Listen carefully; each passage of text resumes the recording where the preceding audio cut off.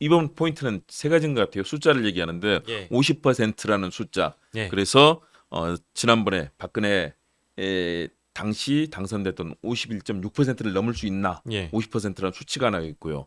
30%도 후반에 머물던 김문수가 40%를 넘을 수 있을 것인가? 예. 이준석이 두 자릿수를 할 수 있을 것인가? 네. 세 가지 포인트 같은데 예. 자, 첫 번째 10%두 자릿수 예. 일단 가능할까요? 이준석 후보 말씀이시죠? 그렇죠. 저는 낮게 봤습니다. 그러니까 원래는 10% 플러스 알파까지도 사실을 좀 봤는데요. 뭐 많은 분들이 동감하지 않으실 수도 있겠습니다만 저는 10%를 넘어갈 가능성을 좀 높게 봤었습니다. 플러스 알파까지도 봤거든요. 근데 자기 스스로 망해버린 거죠. 자멸했다고 저는 봅니다. TV 토론에서 했던 그 문제의 발언이 이준석 후보의 사실상 이번 대선에 종지부를 찍었다라고 저는 생각을 해서 많아봐야 8% 정도를 형성하면 잘 된 거고요. 한 원래 10% 정도는 무난하게 달성할 수 있을 거라고 봤는데 그 발언으로 인해서 한 2, 3%는 빠지지 않을까라고 예측을 해보고 6에서 한 8 정도로 형성되지 않을까 그런 생각이 좀 듭니다. 그렇죠. 보수 성향의 표들은 아무래도 결제 변상을 보이기 때문에 보수를 대표하는 김문수 후보에게 쏠리고 반면에 이준석 후보에 대해서는 여러 가지 그동안에 뭐 성폭력, 언어폭력 그다음 막판에 튀어나온 여러 가지 얘기들 있지 않습니까? 예. 성상납 의혹도 다시 한번 점화가 됐습니다. 네. 이런 속에서 과연 상승세를 탈 수 있을 것인가 쉽지는 않아 보이죠. 그 개혁신당 내부적으로 그 방송 많이 출연하시는 뭐 대변인도 있을 거고 선대위 관계자의 유튜브도 있을 거고 제 두루두루 보면은요 그분들이 두 자릿수에 엄청 집착을 해요. 게다가 선거 막판에는 사실 하면 안 되는 행위입니다만 자신들 내부 조사와 관련된 언급을 슬쩍 흘리면서 이미 뭐 상승 추세에 있다라는 식으로 이 유권자들을 좀 현혹시키거든요. 근데 그런 모습들을 보면 분명히 지금 내부적으로는 요동치고 있을 것이다. 이 TV 토론 이후에 지지층이 흔들리고 유권자층이 빠져나가는 것을 지지율이 빠져나가는 것을 아마 스스로 내부 조사를 통해 목도를 하면서 많이 조급해졌을 것이다라는 생각이 들어서 아마 두 자릿수가 지금 현재 이 성적표가 이 시점에도 어려울 거라는 내부적인 판단이 분명히 있을 거라고 보여. 그래서 두 자릿수를 계속적으로 외친 15% 심지어 이준석 후보조차도 며칠 전에 15%라는 숫자를 본인이 언급을 했거든요. 두 자릿수를 언급하기도 했고요. 이제 그런 측면에서 봤을 때 급하다라는 것이고 국민의힘 역시도 상황은 다르지 않은 것 같습니다. 마지노선이 40이라고 이제 언론에서 많이 평가를 하거든요. 마찬가지로 그들도 내부 조사를 돌려보건데 40이 나오지 않았던 여론조사 결과를 많이 받아본 거 아니겠는가. 그래서 김용태 비대위원장 같은 경우에는 이틀 전만 하더라도 윤석열 꺼져라. 대통령이 당무에 개입하지 못하는 조항을 신설하거나 아니면 윤석열에게 더 이상 접근하지 말아달라라는 메시지를 공개적으로 내보내지 않았습니까? 그 이유가 뭐겠습니까? 중도 외연 확장이 지금 상황에서 필요하다. 어쨌든 우리가 지금 늦어도 너무 늦었지만 윤석열과의 손절을 지금이라도 해야 된다라는 식으로 메시지를 냈거든요. 그 말인즉슨 40을 넘어가는 결과를 지금 그들이 형성하지 못하고 있다. 아마도 그런 조급함 때문에 양대 보수 정당 모두 다 이 두 자릿수를 언급한 게 아닌가. 뭐 김문수 후보는 40% 혹은 개혁신당은 두 자릿수 이렇게 언급하지 않았나 싶습니다. 네, 지금 속보 들은 거 보니까 윤석열 부부가 투표소에 나왔다. 그러니까 서초동 아크로비스타로 갔기 때문에 네. 그 서초동 투표소에 드디어 윤건희가 그동안 정적을 감추고 있던 김건희까지 등장해서 네. 투표를 했다고 합니다. 이건 김문수 후보에 대한 뭐 지지가 당연히 있을 건데요. 어떤 영향을 미칠까? 드디어 이따 화면에 아마 그 장면이 나올 거거든요. 예. 과연 김건희 어떤 모습인가? 네. 그리고 윤석열 이 두 부부가 어떤 모습으로 투표하는지 아마 잠시 후 영상 확인할 수 있을 것 같아요. 저는 며칠 전에 그 강남에서 윤석열 모습이 찍힌 사진이 아마 있었잖아요. 네네. 기억나실 텐데 아니 날씨도 더운데 패딩을 입고 앉아 있더라고요. 그게 윤석열의 애착 패딩이래요. 윤석열이 그 대선 후보 시절에 왜 한번 개 산책시키다가 끌고 나왔던 그 회색빛 패딩이 있거든요. 그렇죠. 그거를 그렇게 좋아한답니다. 근데 그걸 이번에 또 입고 나왔고 오늘은 뭐 어떤 패션으로 나올지 모르겠는데 중요한 건 윤석열, 김건희가 나오면 저는 이번 대선을 크게 흔들었던 장면들을 몇 가지로 나누는데 김문수, 이준석이 될 수 없는 이유, 그러니까 당선될 수 없는 이유를 한 4가지 정도로 봅니다. 그러니까 첫 번째는 한덕수의 대선 출마 그리고 한덕수를 강제 후보로 앉히려고 했던 국민의힘의 시도, 이것이 김문수와 이준석이 될 수 없는 사유이기도 하거든요. 계속 그 국민의힘이란 정당은 저런 식이구나라고 연상을 시키는 것이고요. 그리고 두 번째는 이재명 후보의 대법원 선고가 오히려 역결집을 일으키고 중도 무당층에는 처음에는 저는 영향을 줄 거라고 봤는데, 이분들 입장에서는 이건 해도 너무하다. 과정과 절차를 무리하게 어기면서까지 대법원이 한 명의 정치인을 죽이려고 하는구나. 이런 인상을 받아서 이재명 후보의 이 마지막 선고, 파기환송 선고가 큰 영향을 끼쳤다고 보고, 세 번째로는 윤석열의 등장입니다. 윤석열이 등장하면은요, 저는 누구를 떠올리냐면 일단 김문수, 일단 전광훈, 그리고 이준석을 떠올려요. 근데 지금 윤석열이 이 시기에 등장해가지고 뭐 투표소에 등장했다는 게 뭐 어떤 영향을 주느냐? 안 좋은 영향을 준다고 봅니다. 네. 윤석열은 파면된 자이고 내란의 수괴이고, 게다가 뻔뻔히 길거리를 활보하는 인간이기 때문에 저 사람이 자꾸 이 지면에 등장하게 만든 1등 공신은 누구냐? 이준석이거든요. 저는 지금 떠오르는 게 영화 신명이 개봉했잖아요. 아, 그렇죠. 네. 개봉했는데 어제 제가 만났던 분들, 사전 투표를 했던 분들은 대부분 다 오늘 쉬는 날이기 때문에 투표 마친 가족들과 같이 영화 신명을 보겠다.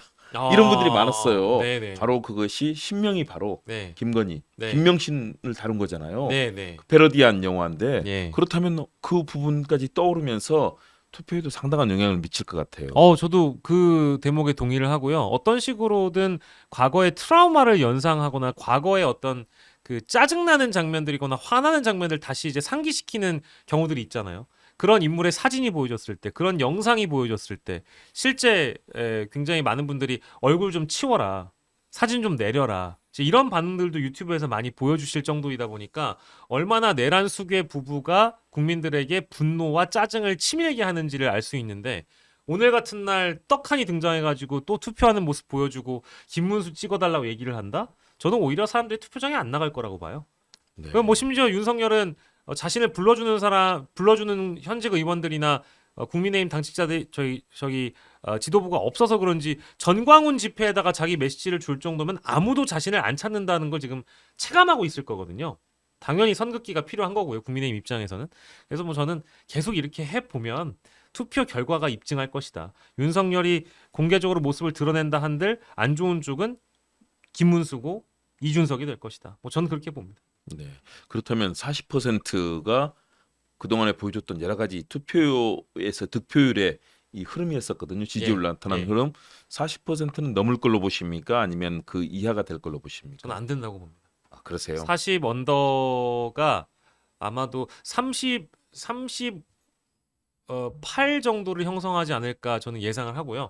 40을 넘기가 좀 어렵다. 아무리 대구 경북 지역이 지금 이 본투표율을 봤을 때 결집하는 양상을 보인다고 하더라도 그 중에는 분명히 이재명 후보의 표가 있을 거라고 보고요. 과거 대선 때보다는 오히려 투표율이 전국에 가선 떨어질 거라고 봅니다. 오후 8시까지 우리가 지켜봐야 되겠습니다만은 저는 지난 대선에 비춰봤을 때 대구 경북의 투표율이 오히려 더 떨어질 가능성이 높다라고 봐서 김문수 후보가 투표 포기층, 보수 유권자의 투표 포기층 때문에라도 40을 넘긴 어려울 것이다. 본인의 후보 경쟁력이 너무 떨어지기도 하고요. 뭐 실제로 그동안 김문수 후보의 검증 차원에서 나왔던 여러 가지 메시지들이 이거는 단기 필마이기도 하고 여전히 전광훈과 선을 긋지 못하고 있구나. 우리가 원하는 대선 후보는 이런 후보가 아닌데 라는 인상을 분명히 보수 유권자층들도 받았다고 전 보죠. 네. 그렇다면 이 승자가 과연 누가 될 것이냐? 만일 이재명 후보가 그동안에 주목받았던 대로 50% 이상을 얻는다면 뭐 당연히 승자가 될 텐데요. 네. 어느 정도 투표율 예상하세요? 득표율.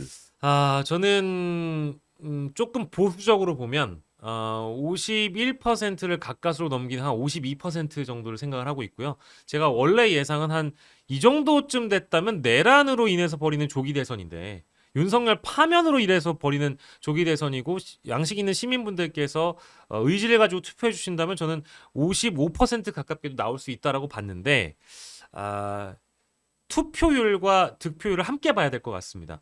이번 투표율이 77%를 넘어가는 77.1을 넘어서 78, 79를 형성한다면 저는 이재명 후보의 득표율도 55% 가깝게 나올 수 있다고 보고요. 다만 지난 대선보다 떨어지거나 지난 대선과 가까워지는 그 정도의 투표율밖에 안 나온다면 아마 가까스로 박근혜 전 대통령의 기록을 넘어서는 정도로 이재명 후보의 득표율이 형성되지 않을까 싶습니다. 그래서 52%, 53%더 많게는 55%까지도 보고 있습니다. 이준석 후보의 득표율 그리고 김문수 후보의 득표율 30%대 네. 또 그렇게 본다면은 이재명 후보가 훨씬 더 많이 얻어야 되는 거 아닌가요? 네, 그렇죠. 근데 뭐 나머지 후보들도 있으니까 권영국 후보가 지금 3%가 목표라고 하고요. 여기에 좀 플러스 마이너스를 더하긴 해야 되겠습니다만은 플러스 1, 2% 더하면 한 100% 완성되는 것 같거든요. 네, 네. 우리 교수님이 알아서 계산해 주셨으면 좋겠습니다. 네, 이만큼 신중하고 또 긴장된 모습으로 지금 투표를 바라보고 있는 국민들의 마음입니다. 예. 자, 그러면 오늘 흐름 속에서 봐야 될 변수 몇 가지가 있는데요. 네. 하나 짚어보면 일단 영남의 투표율이 굉장히 중요할 것 같아요. 네. 그동안에 DK 지역, PK 지역의 흐름들이 있었는데 예. 좀 다시 보수적으로 가고 있고 예. 김문수 후보가 좀 다시 강세로 돌아섰다. 예. 이런 분석들이 많이 있는데요. 어떻습니까? 영남 투표율의 추이에 대해서 어떻게 예. 보시나요? 그러니까 지난 대선의 흐름과 좀 유사한 지금 그런 장면들이 보이는 것 같아요. 그래서 일단 영남 지역은 이 추이를 오후 그러니까 8시 이전까지 계속 따라가 봐야 될 것 같습니다. 네. 투표율이 어느 정도로 형성되는지.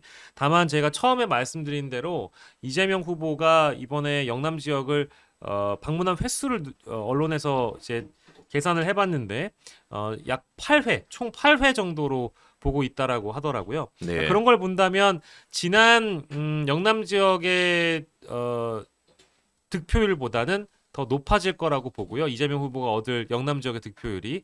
다만 투표율을 좀 기반으로 해서 봐야 되기 때문에 오후 8시까지 형성되는 영남 지역의 투표율을 우리가 다 총합을 해보고 지난 대선과 또 비교를 해봐서 이재명 후보가 어느 정도로 득표를 할지도 우리가 따져봐야 되겠죠. 그렇죠. 그런 측면에서 보는 특히 또 하나의 변수는 부동층 향배 아니겠습니까? 그렇습니다. 네. 결국은 이번 선거의 큰 판은 부동층, 중도층의 표심 이동인데요. 네. 이 부동층의 표심 판단은 어떻게 보세요? 저는 이번 대선을 우리 중도 무당층에서 어떻게 평가할지는 자명하다고 봅니다. 이미 윤석열의 파면과 이 탄핵을 또 구속을 이끌어내신 분들은 또 시민 여러분들이고 뭐 꼭 민주진보 정당을 지지하시는 유권자층뿐만 아니라 중도 무당층, 부동층 역시도 이 윤석열의 탄핵과 파면에 동참하셨던 분들이라고 보거든요. 그렇다면 이번 대선 의미는 뭐가 있느냐? 내란 진압과 내란 종식이라는 목적을 가지고 치러지는 선거이기 때문에 압도적 어떤 이재명 후보에 대한 압도적 승리보다는 중도부당층의 경우에는 내란 세력의 압도적 패배를 바라는 분들이기 때문에 전략적인 투표를 할 가능성이 매우 높다. 그 전략적 투표라는 것은 당연히 이재명 후보에게 표를 줘서 정권을 교체해야 되고 정권 교체를 통해서 압도적인 민심을 확보한 행정부의 수장이 강한 드라이브를 걸어서 내란을 진압하는 데에 목적이 있다라고 아마도 생각을 하실 것 같아서요.